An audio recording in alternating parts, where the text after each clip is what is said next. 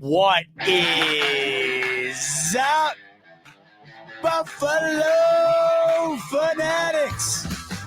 Z-Bot here with you, live on the Buffalo Fanatics YouTube channel on a Victory Tuesday afternoon. And that, of course, can only mean one thing. It is the smoke break. Welcome in, ladies and gentlemen. Off of one of the most dominant performances of the 2024 season, served up on a silver platter by your Buffalo Bills. 47-10, the final on Monday Night Football in Orchard Park, as the Buffalo Bills knock the Jacksonville Jaguars essentially out of contention to 0-3, while they improve to 3-0. What a start to the year for these Buffalo Bills in their journey to this 3-0 record that they currently have. They'll put that on the line this upcoming Sunday night against the Baltimore Ravens in the bank. It just feels like every week we are getting a banger of a football game. Let's hope once again this upcoming week we get another banger performance from these Buffalo Bills. But we still have time to relish in what we just saw last night. We still have to take the time to enjoy it, because what we saw last night is truly a rarity. It's not often in professional sports you see domination quite like what you saw on display last night in Buffalo. There's a reason why the NFL has the most parity out of any major sporting league in the country. It's because whether you're the best team in the league, the worst team in the league, it's any given Sunday. And even when you're the worst team in the league, it's not often you're getting blown out on a consistent basis. Take the Carolina Panthers, for example. First 2 weeks, not going well for Bryce Young, not going well for the Panthers. They get smoked 2 weeks in a row. Dave Canales makes the move, goes with Andy Dalton, benches Bryce Young. And what happens? In week 3, Andy Dalton comes in.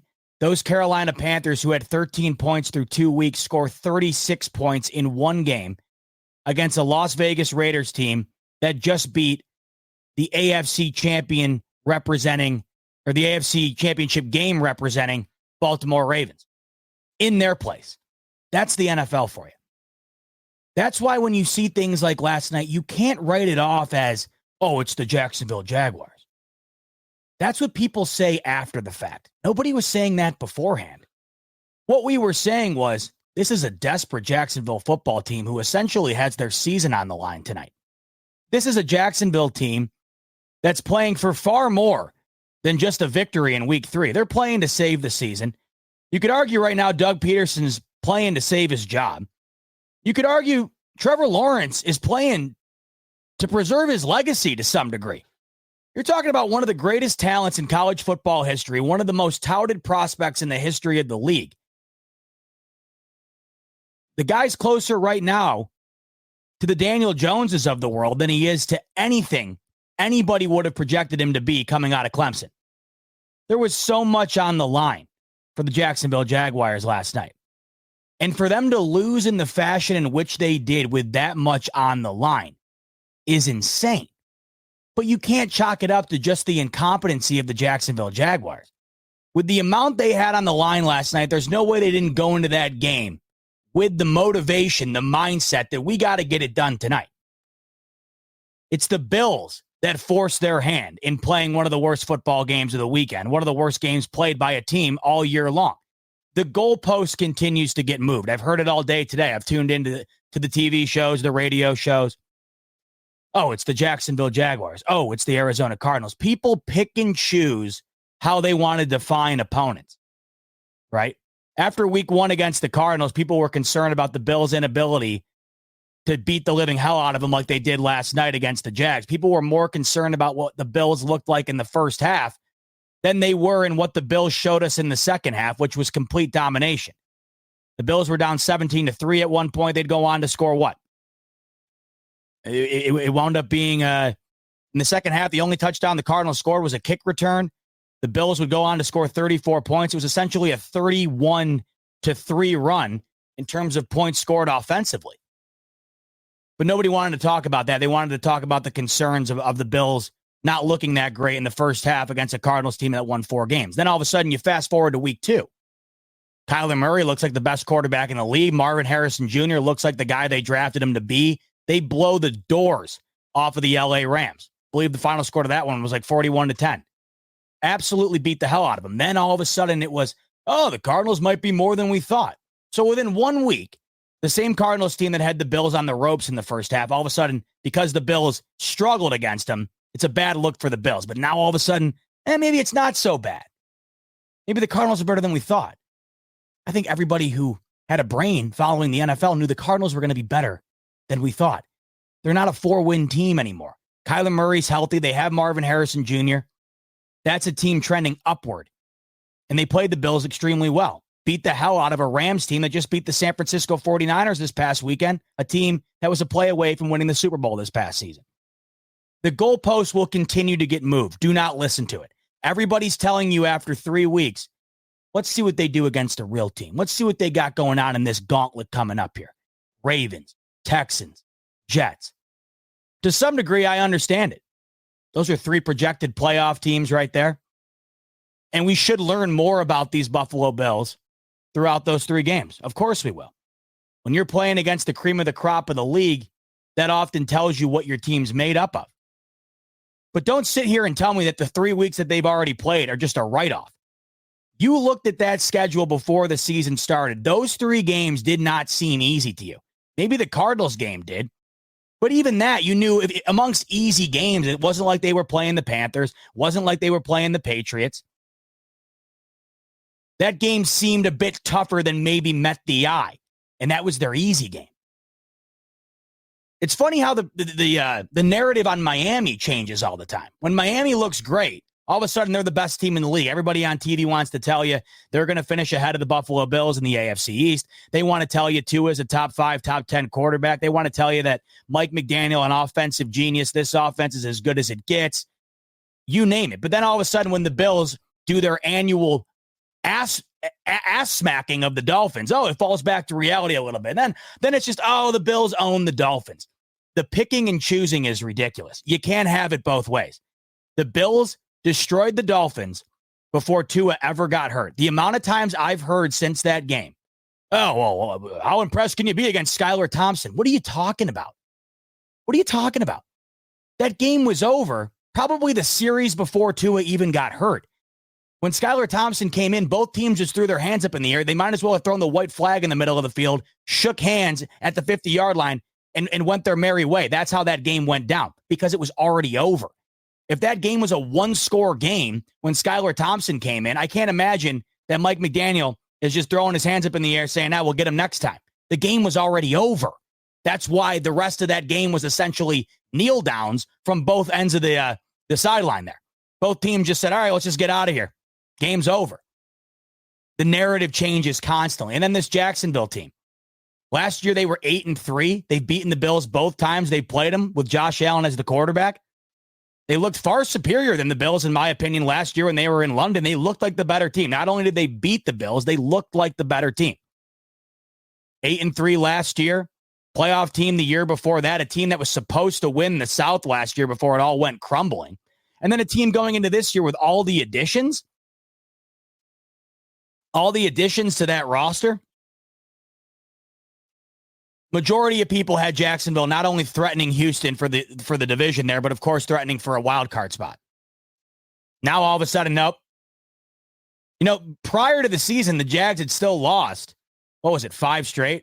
It's now 8 straight, but it wasn't like they were remarkably better than what they are now. But the narrative changes. And why does it always change when the Bills come to town? But even if you had these narratives, even if you have this mindset that the Bills have had an easy start here, how you could go with that argument after the way the Bills won these games is mind-blowing to me. I'd almost understand it if the Bills won on a last-second field goal against Miami after Tua got hurt. Skylar Thompson was moving the ball on the Bills' D. It was a chess match all game. Bills had to kick a late game-winning field goal to win it. And then last night, Jacksonville 0-2 on the heels of a 7-game losing streak. Bills have to scratch and claw to the very end to get the W. I'd almost understand the narrative. Hey, they're 3-0, but how have they looked? Who have they beaten? The fact that there are people out there who currently have that mindset, when the Bills are coming off of 3 consecutive games of 31-plus points, they're only one of 2 teams to have scored 100-plus points in the first 3 weeks. A team that currently has a plus 64 point differential, good for number 1 in the NFL. A team in 3 consecutive weeks, 31 points, 34 points, 47 points. 34 points, 31 points, 47 points. Hard to keep track with all these numbers. It's like phone numbers, these digits. Be a lot different if they were narrowing out these wins. And I find it so funny. I find it absolutely hysterical. The Jets last Thursday night against the Patriots, a team that people all of a sudden bought into because they beat the Bengals. We see how that's going. Bengals lose to a rookie quarterback at home last night. Maybe one of the best rookie performances in the last decade the Bengals allowed. Maybe the Bengals just aren't that good. God knows New England isn't, but maybe Cincinnati's closer to New England than we thought. But of course, week 1, New England beats the Bengals, and now we're propping up New England on a pedestal, especially after they carried that game into an overtime battle with the undefeated Seahawks. But everybody knows New England isn't a good football team. Far from it. By the time the season comes to a close, New England will be a bottom 4 football team. Book it. Yet the New York Jets last week, a team that hasn't made the playoffs in 13 years, yet a team coming into the year with a 40-year-old quarterback off an Achilles tear, projected to be not only the AFC East favorite, but one of the favorites to go to the Super Bowl and win it. They get the absolute shit kicked out of them by a 49ers team, mind you, who have lost both their games since playing that Jets game. I understand that they're more banged up than they were in week 1. No CMC, no Debo, no Kittle this past week. I get all that. But regardless, they beat the living hell out of the Jets. Those guys are not. That game was never, ever going to be in the favor of the New York Jets. In fact, CMC didn't even play that night. So one of the main guys wasn't even in to begin with. And Jordan Mason had 150 rush yards against that Jets D in week 1. So the 1-2 49ers beat the brakes off of the New York Jets week 1. But then the Jets barely scratch out a win against Will Levis and the lossless 0-3. Or lossless isn't the word. The winless, I should say. The winless 0-3 Tennessee Titans. Skin to their teeth victory against them. And then last week, this is where the narrative, this is what kills me about this. Because you're watching it unfold today on your Victory Tuesday. Because after Monday night, these standalone games, those are the only thing you can talk about on a Tuesday. You've already recapped Sunday. All these Monday shows have already done what they had to do with the weekend. Once the Monday games roll around, you trickle into Tuesday, that's what everybody's talking about. And what you're hearing today isn't a whole lot of much. You're hearing a whole lot of how bad Jacksonville is. You're hearing a whole lot more about Washington beating the Bengals. You're really not hearing a crap ton about how good, how dominant these Buffalo Bills are. Yet last week, in a similar situation, standalone game for the New York Jets on Thursday Night Football, they beat one of the worst teams, unarguably, in the league, the New England Patriots. And not only did they beat them, but they beat them in a way that was beyond embarrassing. That was a game, in my opinion, where if you looked at it, it felt like more of the inadequacies of the other team factoring into that win than it did the superiority of the Jets factoring into that win. The Patriots, I believe, before garbage time, before they put in Drake May, I think they had 94 total yards of offense.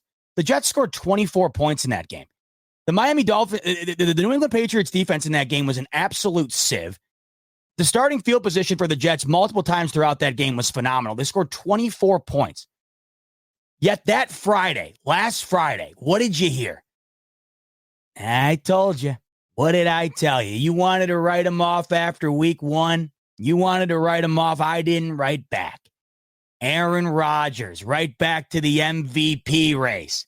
New York Jets, right back to the AFC championship race, the AFC East race. 24-3 victory over the New England Patriots.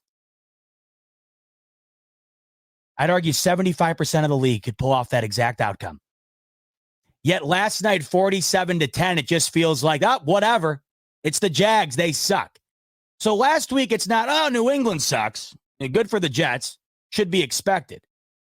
No, it's, the Jets are back. Jets are back, baby. Look out.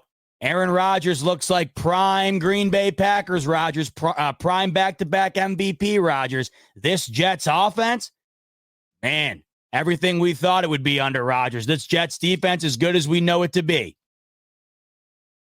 That's what kills me. The goalposts getting moved, and it's selective.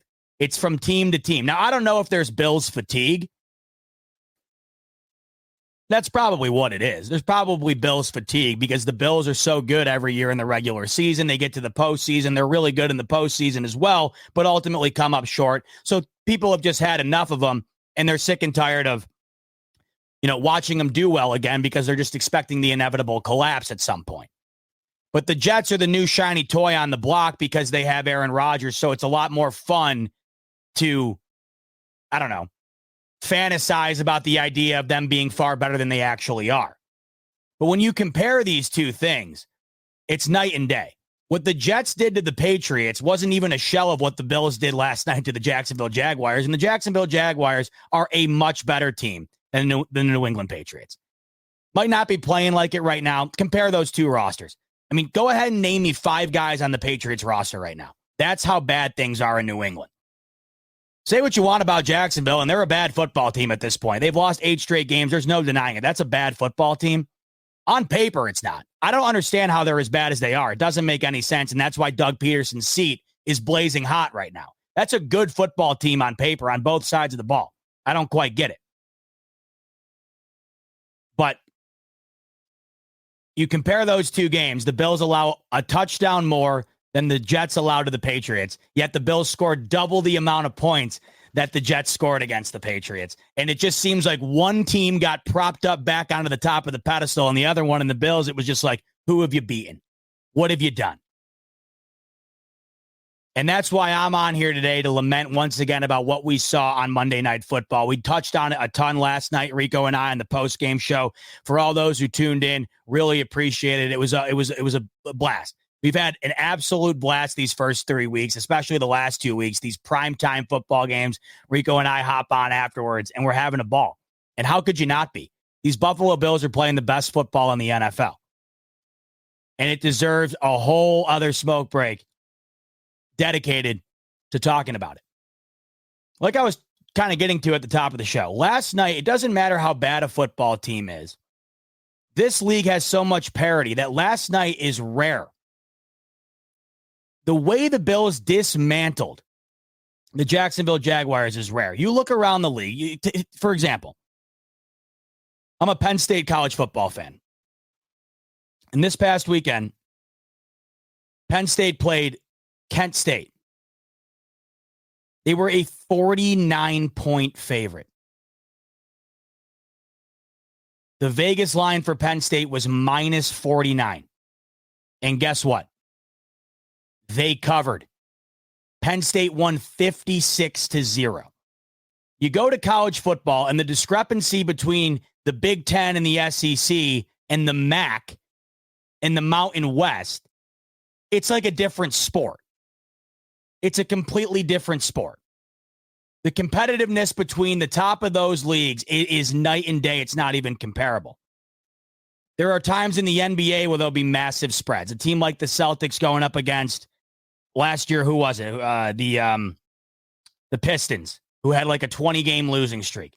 There will be spreads sometimes in the NBA of 20-some points. In the NFL, even if you're the worst team in the league, it is rare that you are ever an underdog of more than 10 points. A 10-point spread in the NFL is basically the equivalent of that Penn State spread this past weekend against Kent State. That's how rare being considered that much worse than an other team is. As I told you earlier, even the Carolina Panthers of the world have their day.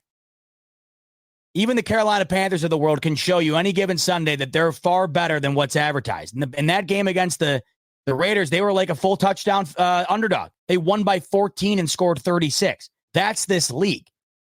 So last night, the Bills are a 4-point favorite. And they win by 37. They score 47. And outside of really, the second half, the first touchdown of the second half, it just felt like they were kind of letting them have it. Prevent defense by Bobby Babich and company. Get us out of here healthy and let's move on to Baltimore.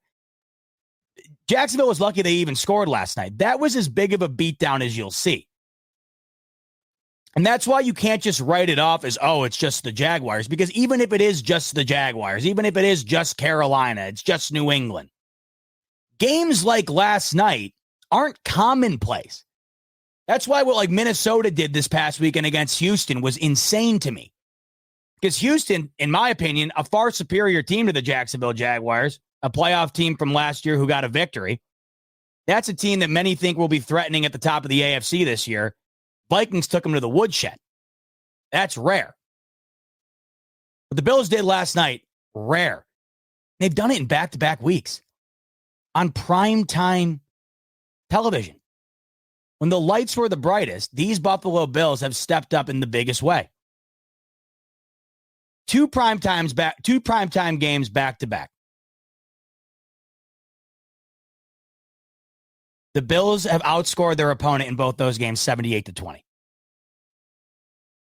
National stage, standalone game, everyone's tuning in. 78-20. Allowed 10 points in both.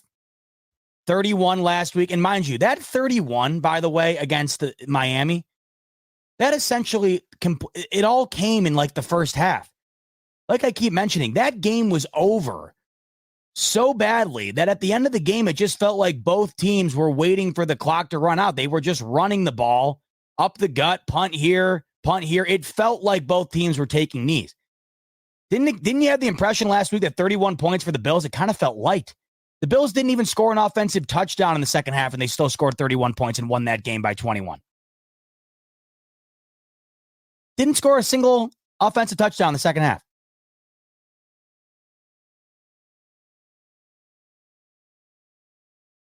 And then last night, pretty much the same manuscript. It was 34-3 at half. 34-3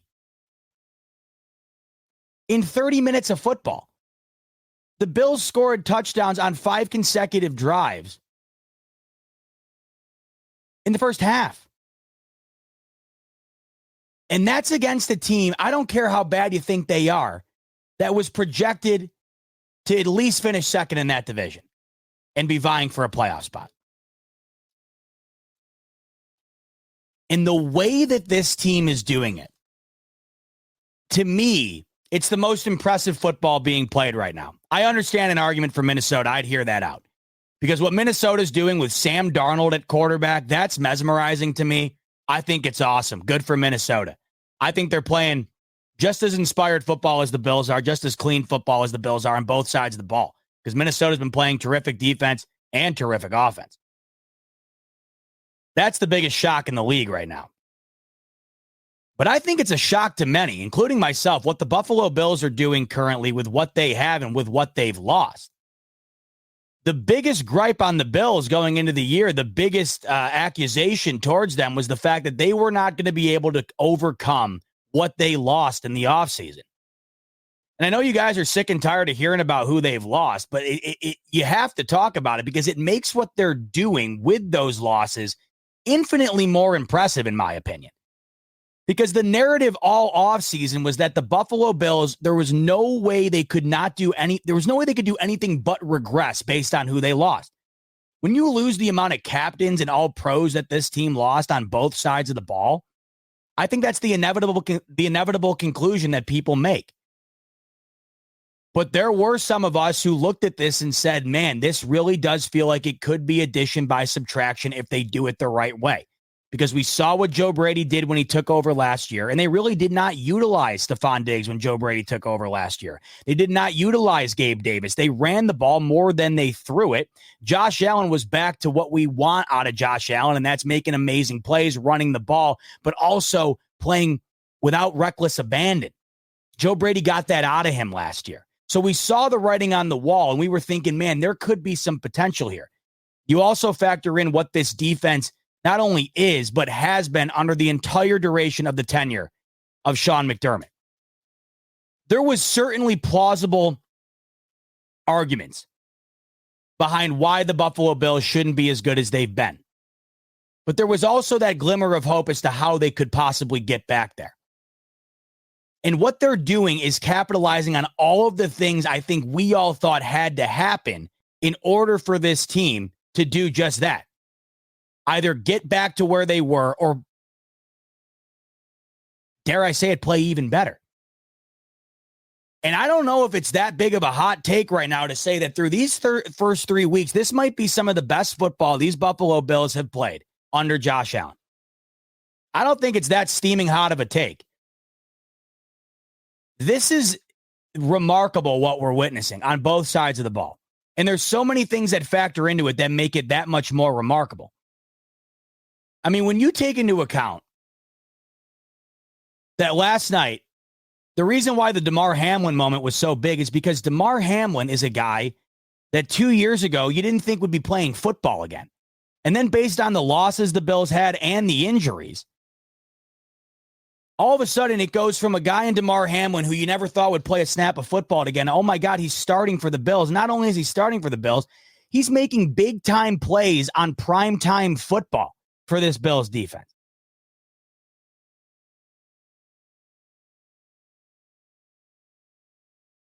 You got guys currently on this defense right now that nobody outside of the Bills fan base has ever heard of, yet they're playing some of the best defense in the entire league.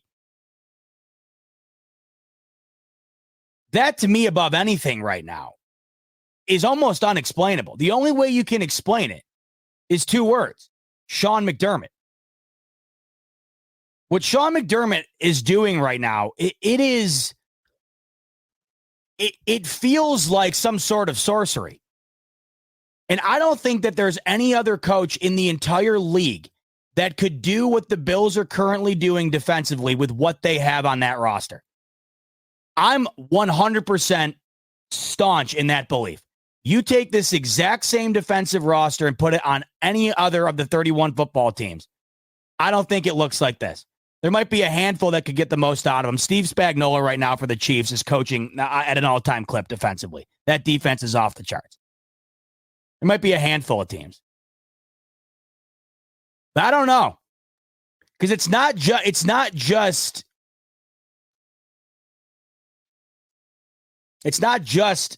the scheme, it feels like. It's the culture. Milano goes down, blows. Next man up. Teron Johnson down, blows. Next man up. Christian Benford down. Terrell Bernard down. Blows. Next man up.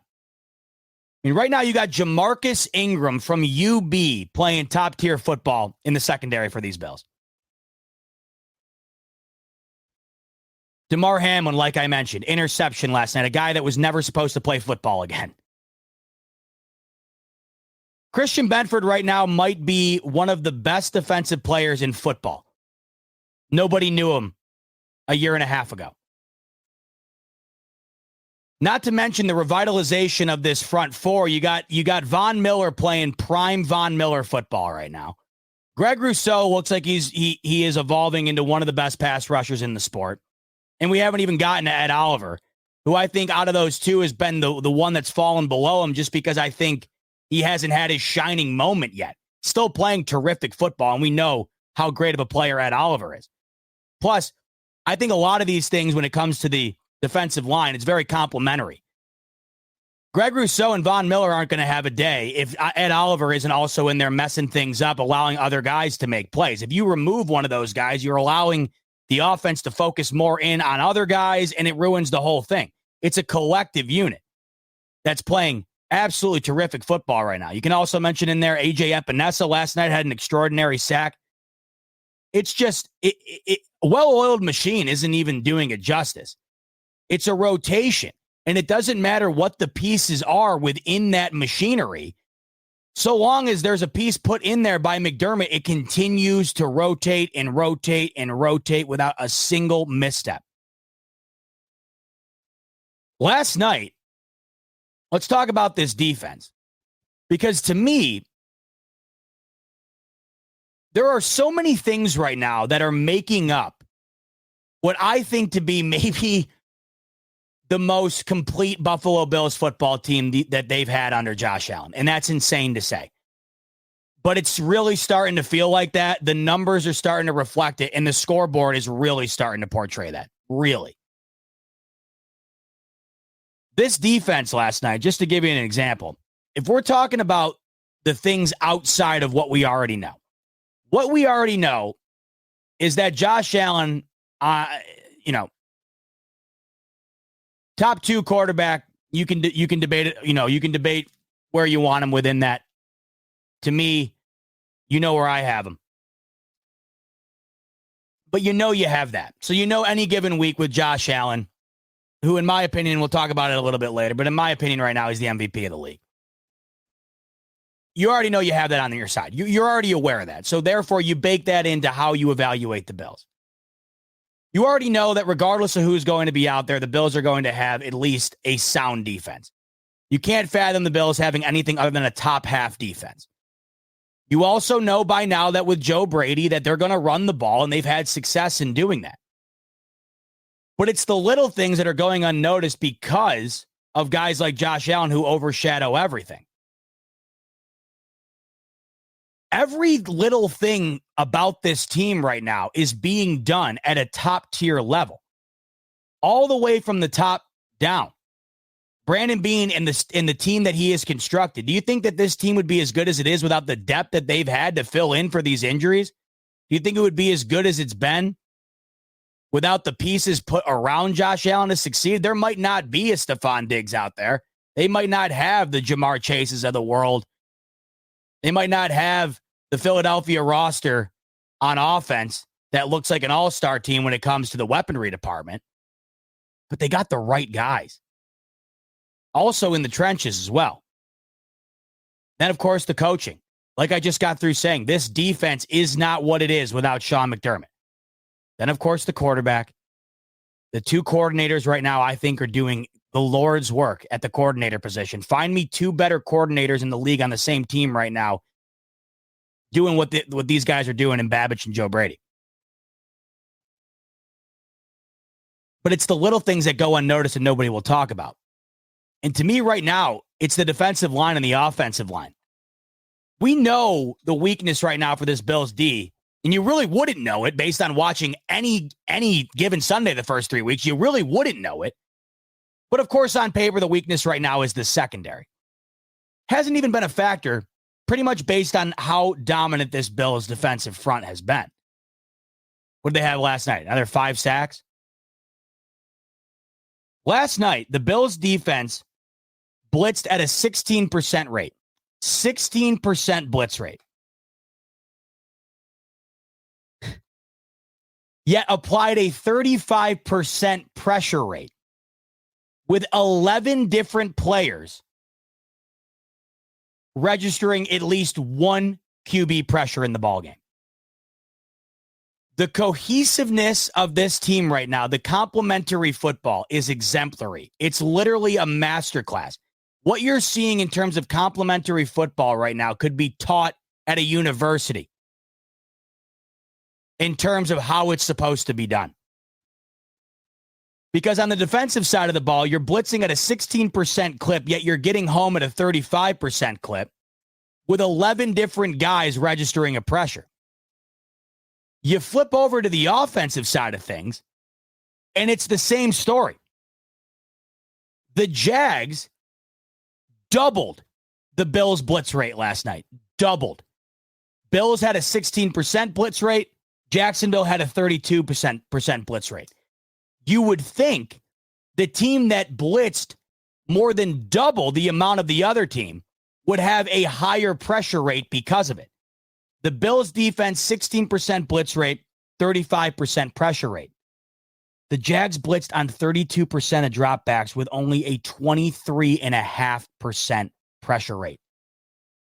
Doubled the amount of blitz that the Bills brought to the table, yet had nearly 12% less pressure on Josh Allen. I just spoke to you about the fact that there were 11 different players defensively who registered a pressure. There were 10 different players offensively who registered a reception. Textbook.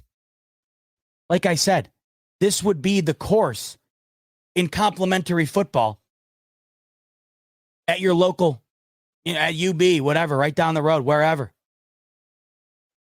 That right there in a nutshell. And that isn't even factoring in what Josh Allen's doing, what James Cook is doing.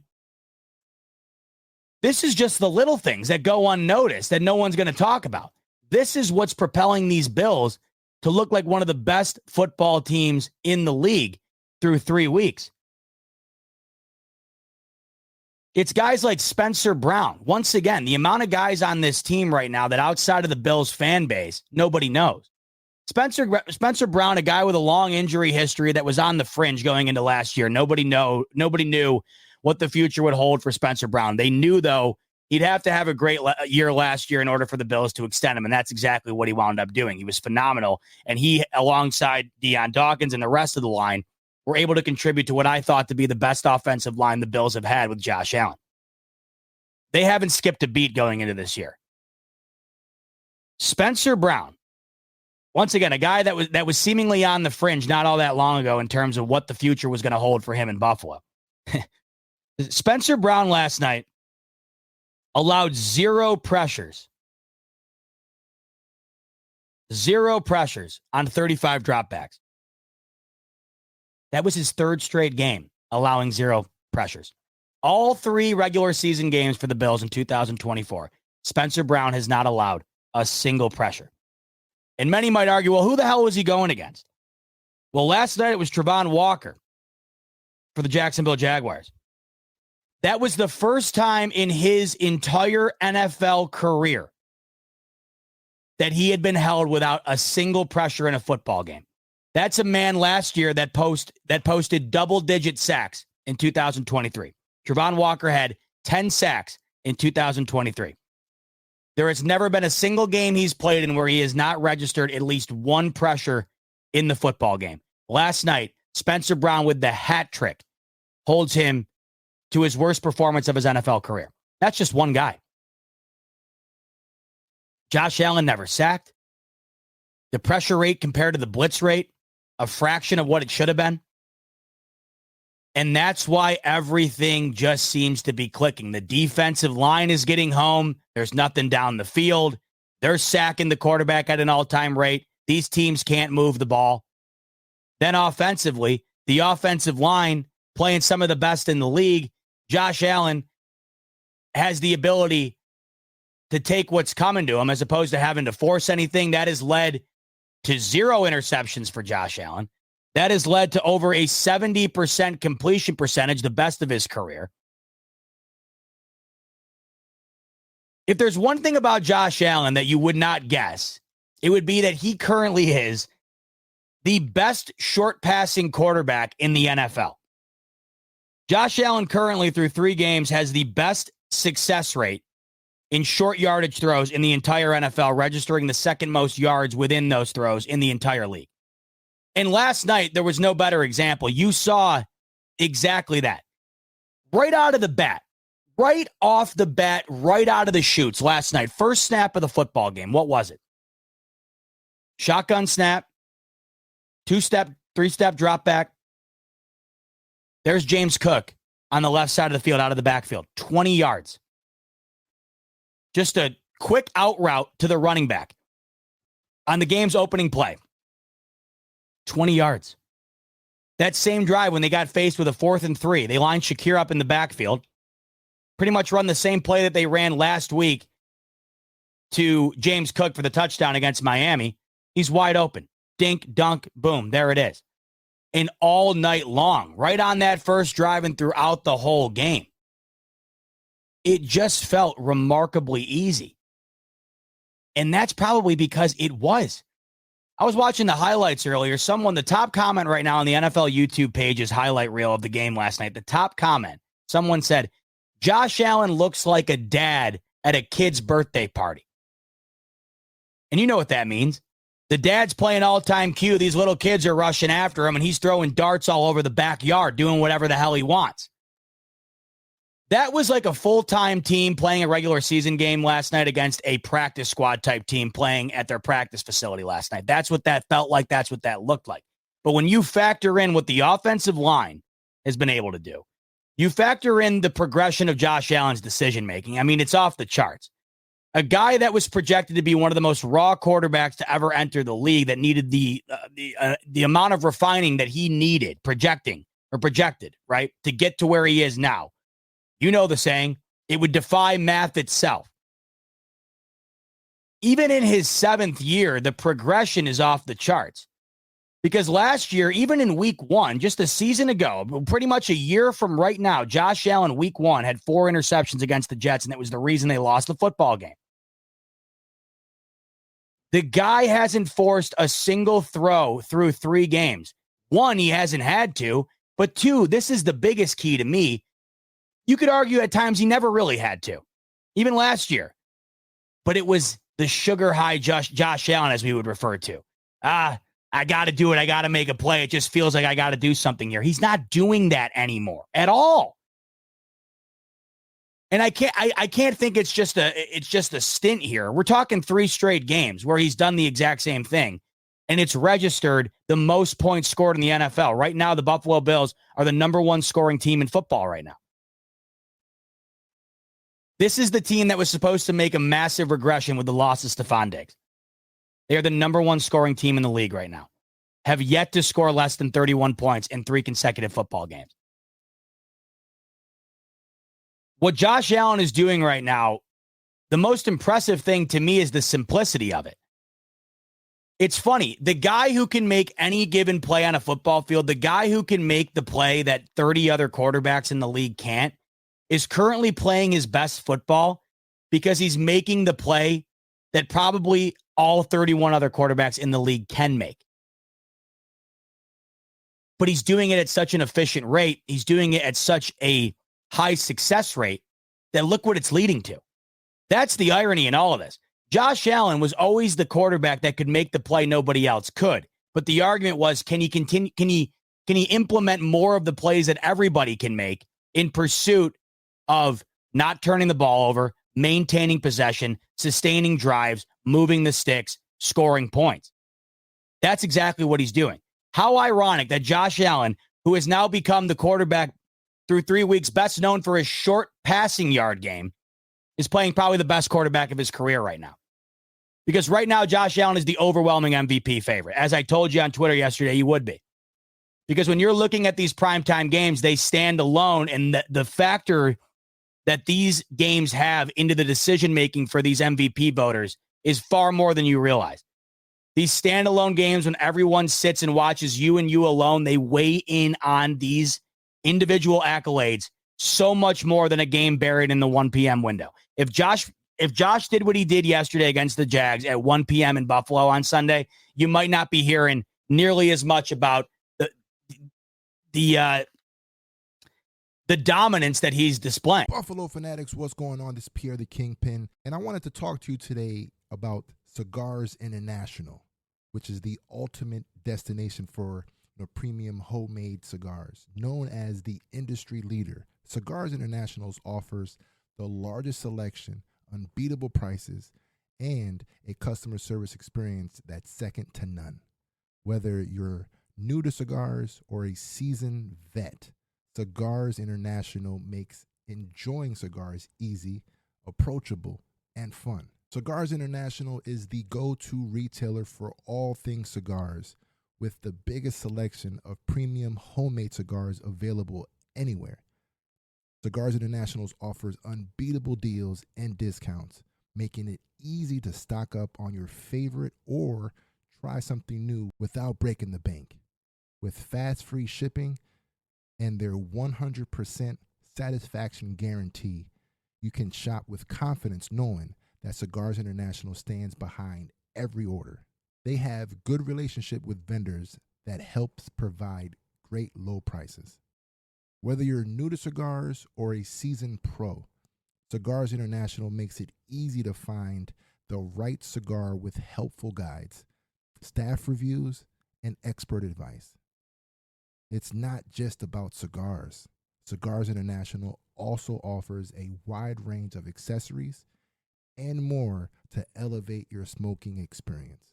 Check out the great deals every day at cigarsinternational.com. That's cigars, CIGARS, international.com. Use code FANATICS at checkout for 20% off your order of $50 or more, plus free shipping. Or visit www.cigarsinternational.com/fanatics, and the discount will automatically apply. Again, use code FANATICS at checkout for 20% off your order of $50 or more, plus free shipping. Or visit www.cigarsinternational.com/fanatics, and the discount will automatically apply. Josh Allen right now plus 200 to win the MVP. Plus 200. For an MVP, that's insane. Usually the odds for that are well into the high hundreds. He was above plus 800 to start the year. And within 3 games, he's slashed that fourfold. And I know a lot of you think it doesn't matter, the MVP. It matters to me a little bit because Josh Allen has been one of the most disrespected professional athletes I've ever seen. Validation at some point needs to be given to how great this guy is. And you're starting to see it. And I hope it continues to be sustained throughout the year, because if it does, he will 100% win it. And he 100% deserves one throughout his career here, as good as he has been. And it does matter in the long haul. These rewards, whether you care about them or not, they do matter. And I don't know why people write it off. This is something that us Bills fans would absolutely love to have as a representation of how great this guy has been. And right now, he is the overwhelming MVP favorite, and rightfully so. And he's doing it by just taking what's given to him, doing the right things. But the beauty in all of it is that you still don't lose the Josh Allen that has made him Josh Allen. You don't lose that. He's just doing it the right way. Last night, Josh Allen, for instance, the moments when he needed to make a play that other quarterbacks couldn't make, he did. 3rd and 11.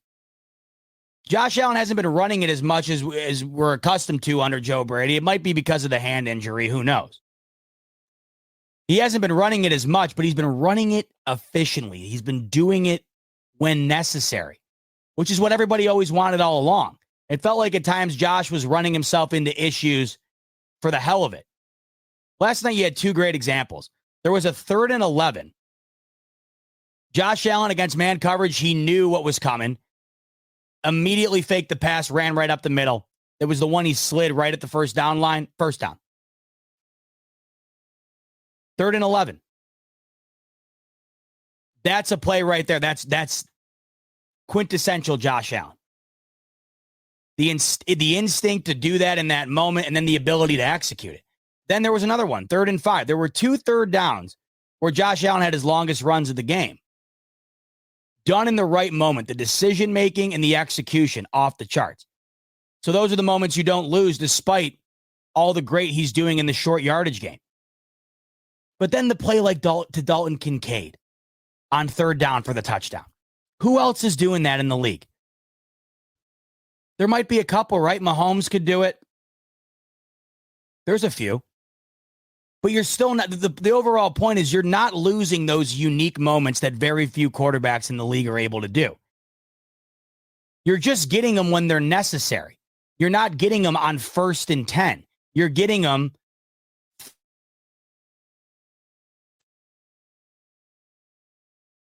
when they're needed the most. You're not getting them in unnecessary moments. And I think that's what everybody's always asked for. They've always asked for Josh Allen to not put the cape on when the cape isn't necessary. But how this has been able to evolve is the ability for the team around him to remove the cape for him. It's kind of like in Spider-Man 2. When Peter Parker or Spider-Man with his mask off, remember the train's going down, the train's rolling down the tracks, and it's about to fall off the tracks. It's going 1,000 miles an hour. Dr. Octopus destroyed the train track. And if Peter Parker or Spider-Man doesn't stop it, it's going to go right off. It's going to derail. It's going to kill everybody on the train and God knows who below. And what happened? Spider-Man puts out the webs. He stops the train. So, yeah, the main guy still does most of it. But what happened at the end of it? Spider-Man's about to fall off the train himself. And a civilian grabs him. A civilian grabs him before he falls off the tracks. And then what do they do after that? They pass him back. They take Spider-Man's back and they pass him back up on their shoulders throughout the train car. Josh Allen is still the Spider-Man, but he's now got the guys behind him, the coaching behind him, the scheme behind him, the assets around him to be there when he's about to fall over. There's your helping hand to keep him from falling off the ledge. And he hasn't fallen off the ledge. And the ledge could be a variety of things. Throwing interceptions, right? Turning the ball over. Unnecessary running, unnecessary hits. This is just an absolute, it's art. It is a display of art right now, what we're seeing on both sides of the ball. And all you can hope is that it continues. But through 3 weeks, it's all we've seen.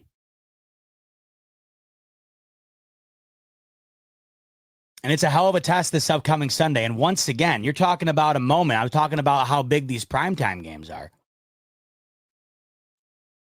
The legacy game for Josh Allen on Sunday. If he goes in to the bank in Baltimore on Sunday, one of the tougher places to play in the league. Baltimore fans are crazy.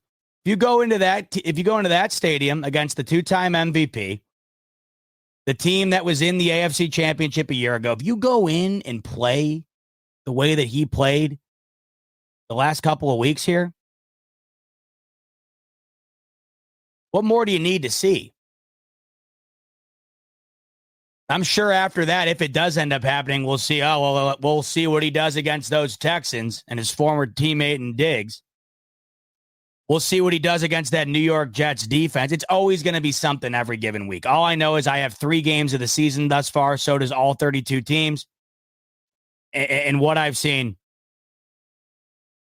is the best quarterback play in the league, some of the best offensive line play in the league, some of the best running game in the league. Even though the numbers might not show it, the efficiency of the run game and what it has allowed the Bills to do in the pass game.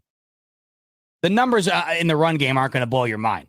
But you also have to factor in that the Bills have never been able to run the ball up until last year. And now this is what has opened up for them because of it. Not to mention one of the best front fours in the league, one of the best overall defenses in the league. Right now, one of the best coaching jobs in the league. Top to bottom in any given category right now, the Buffalo Bills are a top 3 ranking in any given category right now. Any given category. And I'm dying to see what it winds up looking like this upcoming weekend. I really am. Because this game is a true test. It is. It's a big game. The Baltimore Ravens are considered to be one of the teams like the Chiefs. What was the Bengals? I don't know what's going on in Cincinnati. Season essentially ended last night at the hands of rookie Jaden Daniels in his 3rd start. Right now, and Baltimore's on the edge too. That's a team 1-2. You want to talk about who have you beaten? Any team worth a damn beats the Cowboys the way that Baltimore did the other day. It happens every single time. It happens every time. Any team worth their salt, any team considered to be one of the better teams in the league, will beat the living shit out of the Dallas Cowboys, guaranteed. They've all done it, and the Ravens just did it again. But we know the Ravens are no slouch. That team is loaded. But I'll tell you what, they have a very weak offensive line. And this Buffalo Bills defense, especially up front, has been dominating. That, to me, is going to wind up being one of the biggest differences in this ball game, I think. Derrick Henry really got it going against Dallas, but so does everybody. They had 275 rush yards in that game, but the 2 games prior to that, it wasn't like it was all that great. People were questioning whether or not the acquisition of Derrick Henry was even worth it, whether it even made sense for these Ravens thus far. That, to me, might be the biggest difference in the ball game. But once again, another true test under the lights in prime time, and these Bills get to go out once again. And if there's any doubt on what the Bills are currently, if there's any doubt on what Josh Allen is currently, I think Sunday night, a performance like we saw the last 3 weeks, a performance like that this upcoming Sunday night is going to go a hell of a long way for even the biggest of haters. Because despite Baltimore and their struggles against decent teams, and despite their ability to close things out, that we know what Baltimore is. We know Baltimore isn't Jacksonville. We know Baltimore isn't Miami. We know they're not Arizona. This will be the toughest game thus far. You're playing against the 2-time MVP, a Super Bowl winning head coach, one of the greatest running backs of my lifetime. And it's in their place. Really hostile environment.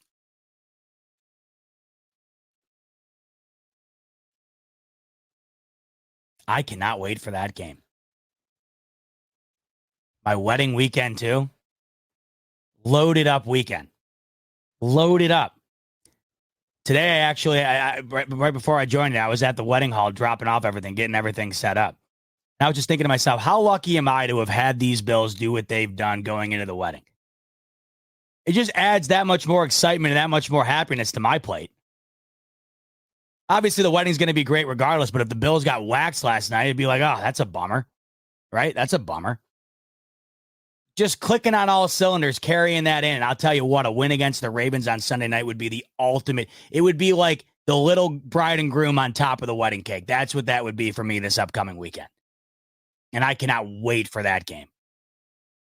And how lucky are we, too? We're getting these primetime moments, these big games, and they're delivering. I mean, this is just a joy to watch. It's just an absolute joy to watch. And I hope you guys are all enjoying it because I'm enjoying every single second of it.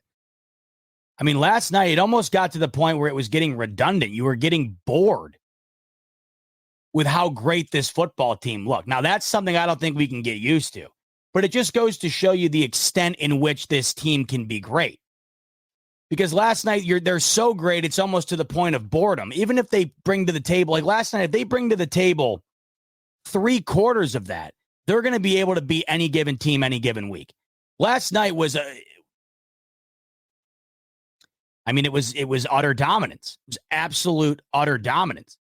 And the thing is, you don't even need that type of play to win every given week. You just need, I would say, 3/4 of that. Maybe some nights half, depending on who you're playing.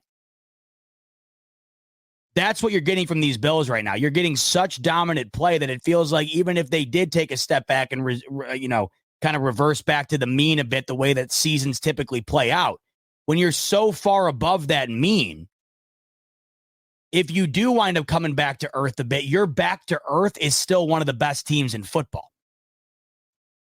And it's a variety. It's the individual efforts, too, that are all collaborating amongst each other that are resulting in this. And 4Kids Party Rental is saying he's making a great point here. Khalil Shakir, one of those guys right now. We spoke about it last night on the pregame and postgame show. Khalil Shakir, 4Kids is saying Khalil Shakir hasn't dropped a pass in 2 years. I mean, it feels like it. Since the start of last season, Khalil Shakir has the highest catch-to-target rate in the entire NFL. With a minimum of 50 targets, Khalil Shakir has been the most sure-handed wide receiver in the entire football league. And that's a guy last year, midway through October, going into November, did you really know entirely who Khalil Shakir was? Now he's Josh Allen's most sure-handed guy. And not only is he one of the more sure-handed guys, his ability to get yards after the catch is extraordinary, especially when you factor in his body size. Like, it's not like he's a DK Metcalf out there barreling over guys and getting additional yards. He's got your standard slot receiver body type, yet he is one of the toughest tackles in the league right now, it feels like. And it just feels like you never get him down on the first hit. He did it again last night on that touchdown pass. He catches the ball in the flat. You're thinking, all right, it's going to be a first down. All of a sudden, you blink, boom. Oh, my God, he's in the end zone. 6 targets last night for Shakir, 6 touchdowns, or 6 targets, 6 catches, with the 1 touchdown and 72 yards to lead the team. I got a next-gen stat right here to back up what I'm saying in terms of this yards after the catch. It says right here that on the 27-yard touchdown reception for Khalil Shakir, he gained 16 additional yards after or above what the expected yardage on that play was. So with these advanced metrics, they're able to determine what the expected outcome of a play like that should be. And then they factor in what actually happened and they kind of compare the two. And on that particular catch, Next Gen Stats says that Khalil Shakir gained 16 additional yards over the expected amount of yards gained on that play. It also says Shakir was productive out of the slot where he aligned for 18 out of his 22 routes, caught all 5 targets within the slot for 60 yards and a touchdown. Shakir gained more yards after the catch than he had receiving yards due to an average depth target of target behind the line of scrimmage. That right there, I mean, that's the most resounding example I can give you in terms of what I'm talking about. How good this guy is, not only catching the ball, but getting yards after the catch. That right there is insane to me. Shakir gained more yards after the catch than he had receiving yards due to his average depth of target. So he's basically become one of these guys right now where Josh Allen can just get him the ball, right? Josh Allen's getting rid of the ball about as quick as anybody in the league right now. Like I mentioned, he is the most efficient passer in the short yardage game in the league right now.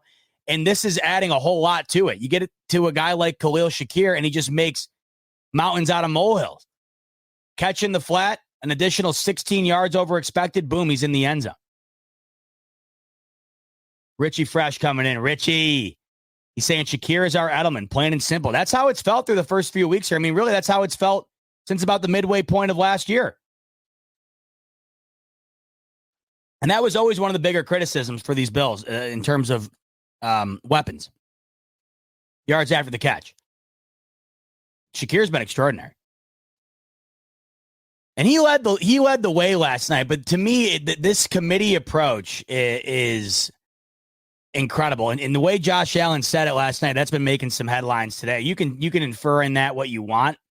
When he essentially said that I'm paraphrasing here, but he basically said that it's really refreshing to have guys in the wide receiver room that do not care about their stats, that just want to contribute to W's. And a lot of people have inferred that was a shot at his former wide receiver 1. And yeah, maybe it could be inferred as that, but is it inaccurate? Because right now you don't have a wide receiver 1. Not a single one of these guys is in a position in their career. Not a single one of these guys has earned the right to demand the football like the majority of these wide receiver 1s throughout the league do. Therefore, they all play as a cohesive unit because no one guy seems to be more important than the other. And that's why last night you had 10 different guys catch a ball. Shakir led the way with 6 receptions, but nobody had more than 4 after him. And the second leading receiver was James Cook, which is exactly what I've wanted to see. Last night, you're signing up for this out of James Cook. 17 out of 17 weeks in the regular season.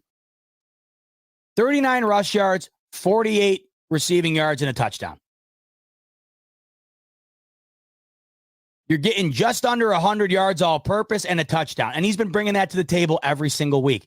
And the one thing I wanted to see the most out of James Cook this year was improvement in the pass game. You are seeing that. Now, I know he dropped that beautiful play last night, but they scored 2 plays later. And that would have been a hell of a play. Allen overthrew it a bit. He had a guy in his face. He threw it off his back foot. It would have been a hell of a play. It didn't end up happening. It did hit Cook's hands. You were hoping he would catch it. But I'll give him a hall pass on that one. It was the only target last night he didn't catch. And thus far through the season, he's been money in the pass game. Absolutely money. And last night, he's second in line in terms of catches and in terms of yards.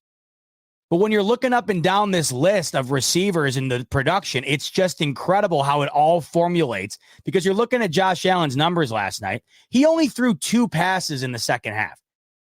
2 passes. He was 22 of 28 going into halftime. He finished 23 of 30. Or maybe he was 22 of 29, something like that. He only threw 2 passes in the second half. So you're getting, this is what Josh Allen's numbers were last night. 23 of 30, 263 yards, 4 touchdowns. That's good for a 77% completion percentage and a quarterback rating of 142 with just under 9 yards per attempt. 99.9% of that came in one half of football. And when you're looking at the receiver list, nothing stands out other than the solid day from Shakir. The rest of it is pretty pedestrian, but when you tally it all up, that's what it equals out to. When you tally up all of these average numbers, it tallies up to a more than perfect passer rating, just under 300 yards, 4 touchdowns, 9 yards per attempt. And the biggest key to me here, 77% completion percentage amongst all of that. And the biggest thing, 0 turnovers, 0 interceptions. But you had James Cook in the second spot last night in terms of production out of the receiving game. I mean, Kincaid, the thing that the point Allen was making last night when he said it's great to have guys that aren't worried about their own stats and contributing is because he essentially said that when their number is called, it's going to be impactful. And he couldn't be more right on that. Because you had 4 different guys catch a touchdown pass from Allen last night. It wasn't like one guy was dominating like Cook did last week against the Dolphins. 4 different guys caught a pass. So nearly half the guys who caught a pass for a touchdown. And what Allen was saying was that you might not get the most targets, you might not get the biggest numbers at the end of the night. But when your number is called, it's going to be an impactful moment. And it couldn't be more true. 10 receivers caught a ball last night. 4 of the 10 caught a ball for a touchdown. Keon Coleman last night had 1 target. 1 target. And I know a lot of people are frustrated with the lack of production or the lack of utilization of him. And my question is why? It hasn't been necessary. And last night when his number was called, look what happened. One of the best plays of the night. A deep ball for Keon Coleman's first touchdown as an NFL player. 1 target, 1 reception, 1 touchdown. That could not be more evidence to the fact that Josh Allen last night said, when you're going to get a moment, it's going to be impactful. That right there, you couldn't find any better evidence if you tried. 1 target, 1 catch, 1 touchdown.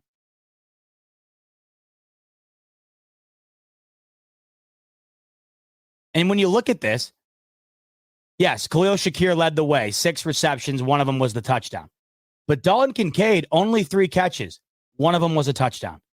Teron Johnson. I mean, guys, we're getting our 3rd string running back involved here in the pass game quite significantly. 3 catches, 1 of them was a touchdown. And then the Coleman one. 1 target, 1 catch, 1 touchdown. When your number's called, are you going to make it count? And every single one of these guys is doing exactly that. It's almost incomprehensible. All of these little things, it really is something. All of these little things are stacking up into one big great thing. And that was what is the biggest thing we hoped would happen going into the year. And it's exceeding all expectations thus far. There's no way even the most optimistic fan could have predicted it to be this clean, this efficient, this successful, this early. Caleb's bringing up a point I wanted to touch on quick, too. He's saying Coleman was benched in the first quarter for showing up late to meetings. I don't know what he was late to, whether it was late to the game or a meeting. I don't remember exactly what, but he was benched because of it being late to something. I don't know about you guys. I absolutely love that. There's a reason why the Bills are one of the toughest, grittiest teams in the league. And there's a reason why the culture is as immaculate and respected as it is. Because there's no bullshit. There's no playing games. You're here to do a job, and you're here to do that job right, or it's next man up. I went on a whole rant yesterday about Mike McDaniel and the whole Bentley situation. I'd like you to think right now long and hard about the idea of Sean McDermott pulling up to One Bills Drive in a Bentley. You can't even visualize it. That's how unearthly that seems. I don't know what McDermott drives, but I wouldn't be shocked if he drove like a Toyota Camry, to be 100% honest with you. Did you see McDermott going into halftime yesterday? I think maybe it was Laura Rutledge doing the interview. If I didn't tell you what the score was and you hadn't watched a single snap of that game in the first half and all you saw was McDermott's interview with Laura Rutledge and you just watched him, you didn't even really listen or whatever, because maybe through the tone you could infer that things were going well. The question about how well they were playing obviously would probably give it away. But if you were just watching the body language, you would not be able to tell that the Buffalo Bills were up 31 points going into the locker room. That's exactly how I want it. That is exactly how it should be. A leader of men should be exactly that.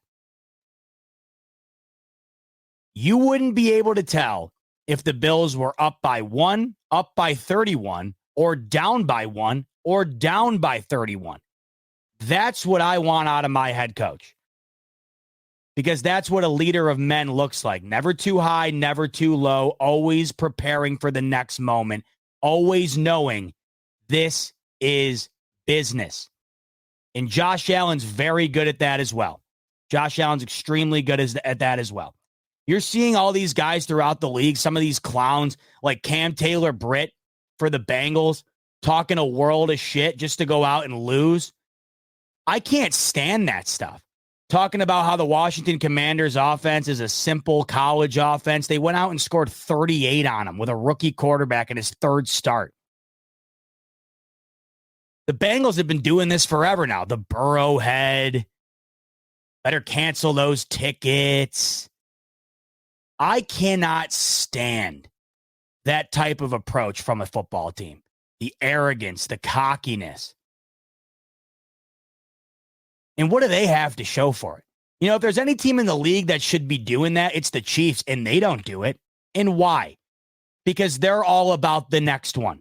Tom Brady and the Patriots, they were all about the next one. Let all these other guys say the bullshit that makes you just look bad. There's no other way to put it, especially when you're not backing it up. And the key there is you're never going to always be able to back it up. You might be able to back it up a week here, a week there. You're never going to be able to consistently back it up over time. It's always going to come back to bite you. That's why in any given moment, you do the right thing and the right thing only. You never get too high. You never get too low. And these guys do it to perfection. Once again, to me, it's all these little things in conjunction that makes this team so great. This is just one more of them. Josh Allen at the podium. I think today people are spinning the whole thing into him taking a shot at Diggs. You can look at it like that, but maybe it's just the fact that it's the reality. Maybe you're taking it as a shot at Diggs because it's the truth. Diggs did care about his personal numbers. Diggs did care about how much he was involved in the offense. And Diggs, it did feel like when the Bills weren't doing well, he had thought they would be doing better if he was more involved. And he's not the only one. The majority of these top receivers are like that. We've seen it forever. This is nothing new. It's been going on my entire life at the wide receiver position. So whatever he said, you could take it as a shot at Diggs. I don't look at it that way. Josh Allen's just speaking the truth. You got guys in here who don't care about the numbers, and when their name is called, just know that moment's going to be an impactful moment in the game. You might not get 12 targets, 10 catches, 150 yards, and 3 scores. But when you are involved, it's going to be a pivotal moment in the game, or it's going to have a major outcome on how the game winds up unfolding. And each guy is going to have that moment. That's exactly what it's been. You can inflate what he said all you want and make it out to be some shot at Diggs. Go look at the numbers. It backs up exactly what he said. Nobody's had more than 80 yards receiving for this team through 3 weeks. I don't think anybody's had more than 6 catches in a game. What he said is exactly what we're witnessing. It's not hyperbole, and it's not some dig at anybody. But maybe the reason everybody thinks it is because it could easily be interpreted that way. And why? Because, of course, that's probably exactly how it was. You don't think there was pressure on Josh Allen to get the ball to Diggs over other guys? You don't think there was pressure to get Diggs more involved in the offense? Get him his touches? You saw it last year. How many times did they draw up a bubble screen for Stephon Diggs that could not be further from his game? But it was just a play to get him the ball, to try to get him involved. That's gone. And you're seeing this team play as free as they ever have. And you saw it last night. The grin for Josh Allen and all the boys on the sideline, ear to ear. Not only are they playing extremely well, not only are they dominating, they're having fun doing it in the right way. In the right way. McDermott and Allen are the precipice of that. They are the overwhelming representation of what this team is in all the good ways. So back to what I was saying about McDermott benching Keon Coleman for the first quarter of the football game. I love it. Accountability. Just because you are our first draft pick of the 2024 draft and you're expected to be the guy that's going to be the face of our wide receiver room for the foreseeable future doesn't mean you get to show up late. And just because we're going to need you out on the field doesn't mean we're going to excuse it and not take you off of it to teach you how important it is to be here when you're needed. I don't want to speak for Mike McDaniel. I don't know if he's done this in the past, but I'd put a large sum of money on betting that he hasn't. And he's just one example. Not everybody does this. But you see the difference in mentality, culture, and then overall outcome between guys like McDermott who are willing to hold people accountable, who are willing to be the guy who doesn't get high, doesn't get low, stays the course, business is business. You see the difference between that and then what I think to be what's going on in Miami, a team that is mentally untough, physically untough, gets bullied by the best teams in the league on a week in and week out basis. I don't think it helps that Mike McDaniel's pulling up to the facility with Gucci loafers on and a Bentley and a $50,000 watch on. If you want to show up like that after you won the Super Bowl, be my guest. If Andy Reid showed up to the Chiefs facility with a Bentley and a $75,000 Rolex on, I think it would be hilarious. Good for him. If anybody in the league's earned it, it's freaking that guy. But you want to know what? Just like I said earlier with McDermott, you couldn't imagine him doing it.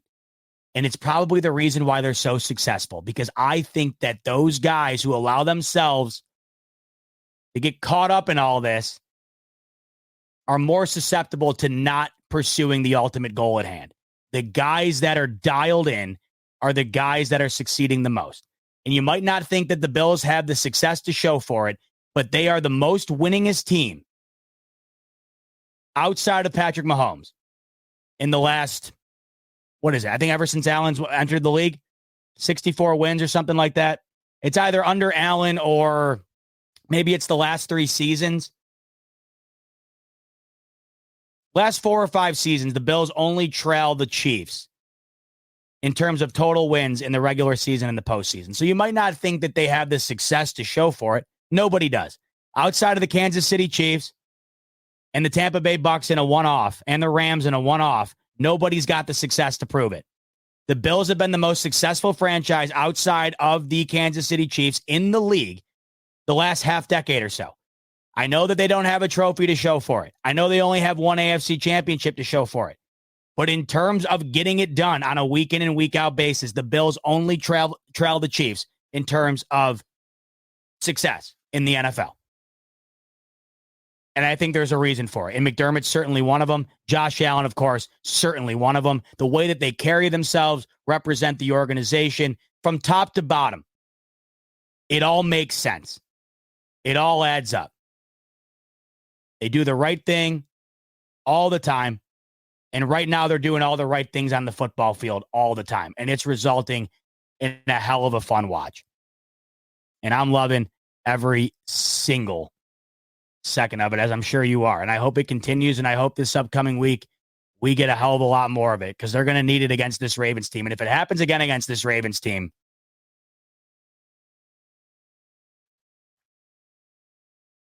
I mean, I'm going to start to get more animated than you've ever seen.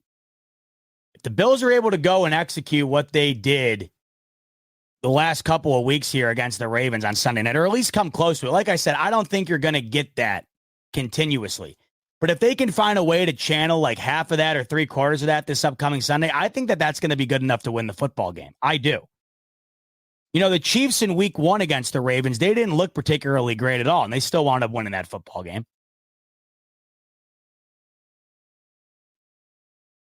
And then, of course, you got the Raiders this past week. They were trailing the entire game down by 10. They still wound up winning the football game. So you can't tell me if the Bills play at half the clip they played last night, 3/4 of the clip they played last night, that you don't like their chances against Baltimore. Before we close up shop, I want to give a shout out to a couple of our new friends here at Buffalo Fanatics. We partnered up with a couple of awesome new brands that we're really excited to talk with you about, because these guys are awesome. And not only do we appreciate being partnered up with them, but we appreciate the services that they're offering, because we love them over here at the Buffalo Fanatics. Not only do we utilize them, but we love utilizing them as well. And right now I'm talking to you about my friends over at Factor.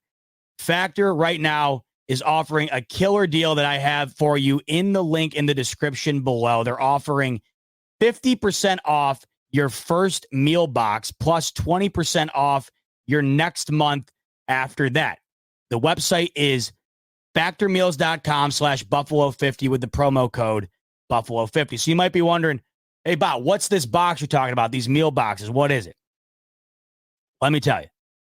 Factor right now is offering you meals that will help you meet your wellness goals for whatever you're trying to achieve. Whether you have a wedding coming up like me, you're trying to get a couple of pounds lost before next year's summer, you're going into the fall and winter here and want to get a head start on it. Whatever you're looking for, Factor has you covered to meet your wellness goals in terms of offering you chef-crafted meals with a variety of different options, including Calorie Smart, Protein Plus, Keto, you name it.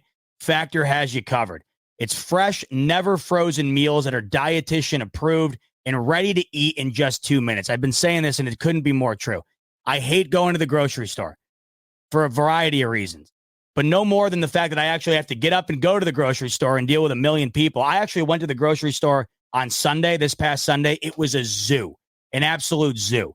So you got to scratch and claw and fight to get your groceries. And by the time you get up to actually pay for them, you got to give them a mortgage payment essentially to get out of there with those groceries that you had to spend an hour hunting down. Not with Factor. 2 minutes. They send it to your door, and within 2 minutes, it's going to be ready to go and eat. Right now on the website, they have 35 different meals to choose from, plus 60 additional add-ons. And that's from everything from breakfast to dinner and everything in between. Also desserts as well. Tons of cool breakfast options. They really have a ton of variety that you can choose from right now on Factor. It's going to allow you to enjoy an effortless, healthy lifestyle. And you can choose from a variety of different options that will best fit your dietary needs. So once again, head over to factormeals.com/Buffalo50. The link is in the description below. Use the code Buffalo50, and that'll get you 50% off your first box plus 20% off your next month after that. Make sure to take advantage. I got my first box coming next week, and I can't wait to tell you guys about it because there's some delicious stuff coming my way. I got the Protein Plus box, so I'm really looking forward to diving into that. Also want to tell you about our friends over at Underdog.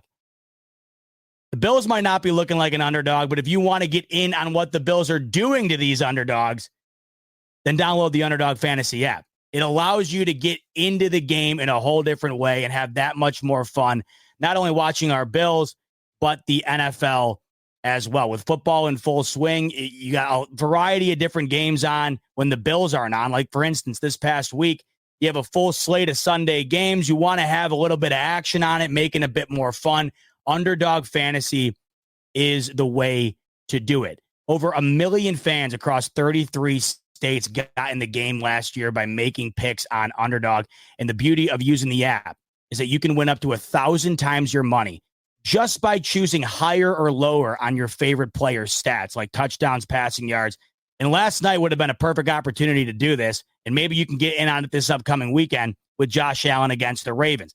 Last night, Josh Allen went higher on his passing yards, higher on his touchdown projection, and higher on his completion projection. Josh Allen was higher like Creed last night, and he would have definitely helped you out if you had him on your Underdog Fantasy lineup. So I think it's a perfect opportunity right now to dive into it because we have another Bills game coming up in less than a week here. And if we continue to get like the performances we've gotten from Josh Allen recently, no reason not to go higher on Josh Allen, maybe higher on James Cook. You can set your own lineup, make it your own, and you're off to the races.